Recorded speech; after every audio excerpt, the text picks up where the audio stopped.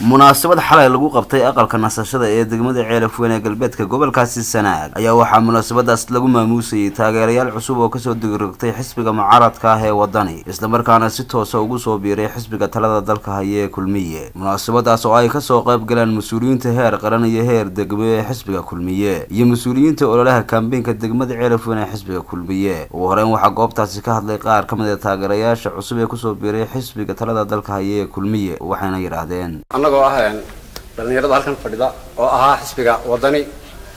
kana soo wareegnay xisbiga wadani ee degmada Ceelafweyn waxaan u soo wareegnay xisbiga Kulmiye aniga maamulkayga qabayaan ku soo biiray xisbiga Kulmiye inaan nahay dhalinyarada ku nool degmada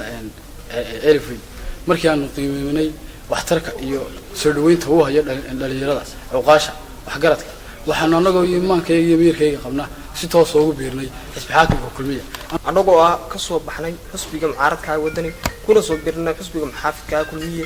sida darteed waayo markaan aragnay siyaasadda iyo qaabishinka sida ay wax u socdaan iyo sida uu yahay xisbigu sida darteed ayaan mustaqbal iyo ayahayaga u soo biirnay xisbiga Kulmiye aadiyaadan magacaygu waa Cabdullaahi Ducala Maxamed oo ku nool degmada Ceelafweyn anigu aqalkayga iyo maankayga qaba waxaan raacay xisbiga Kulmiye markii aanu aragnay wax qabadkiisa iyo wadadii dheereed ee habaarka qabtay shanta la soo dhaxay burco oo markiiba dalaqa aad baan u taageeray wax qabadkiisa sida iskuulada dadka iska muwaadiniinta oo kale dhalinyarada garoomada meel aanu ninkaas ka dhaleelo waxaan ku adkaysanay in aanu ku ekaano xisbigayagii Kulmiye anagoo taageerina. sidoo kale waxa iyaguna halkaas ka hadlay mas'uuliyiinta kala duwan ee xisbiga Kulmiye oo sheegay sida ay ugu faraxsan yihiin taageerayaasha cusub ee kusoo biiray waxaana yiraahdeen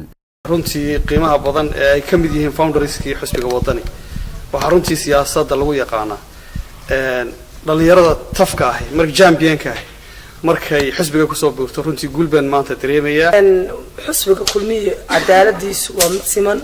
waa anigu aan ka soo horeeyay laakiin dii kamalihi maanta laga bilaabo waxa ka mid yihiin dadka lala tashanayo dadka lala shaqeynayo dadka wax la weydiinayo waa lagu soo kor horeeyaa xisbiga Kulmiye laakiin lama kala leh marka koowaad waxaan aad iyo aad si wajhi farxad leh ku soo dhaweynaynaa dhalinyarada reer Ceelafweyn ee aanu kala xafladeynay labadii cashe hore laakiin xafladda soo socota aanu insha Allah Kulmiye wada dabaaldegi doono waxaanu maanta degmada Ceelafweyn ku soo dhaweynaynaa dhalinyaro runtii ah xubnihii ugu firfircoonaa xisbiga wadani oo maanta iyagu go'aankooda qaatay kuna soo biiray xisbiga Kulmiye qabadkiisii ugu horeeyay maanta waa ka ku qanciyay dhalinyarada garabkiisa ahi inay ku soo biiraan xisbiga Kulmiye wali hawshu ma dhawa waa bilow waxaanu leenahay aad iyo aad baad u mahadsantahay Maxamed Cabdiraxmaanow ونرديش برشة تيفي Ceelafweyn أحمد مرسل أسكر تيفي عالم Universal Ceelafweyn.